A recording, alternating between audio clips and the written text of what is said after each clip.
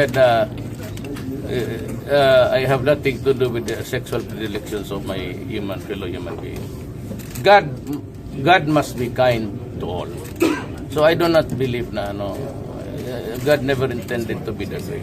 Maybe the gays really were made to order by God also. Order God would be incongruous.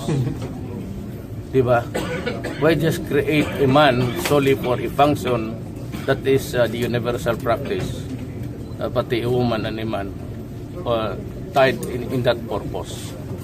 So we assume in our catechism that we are created in the image of God.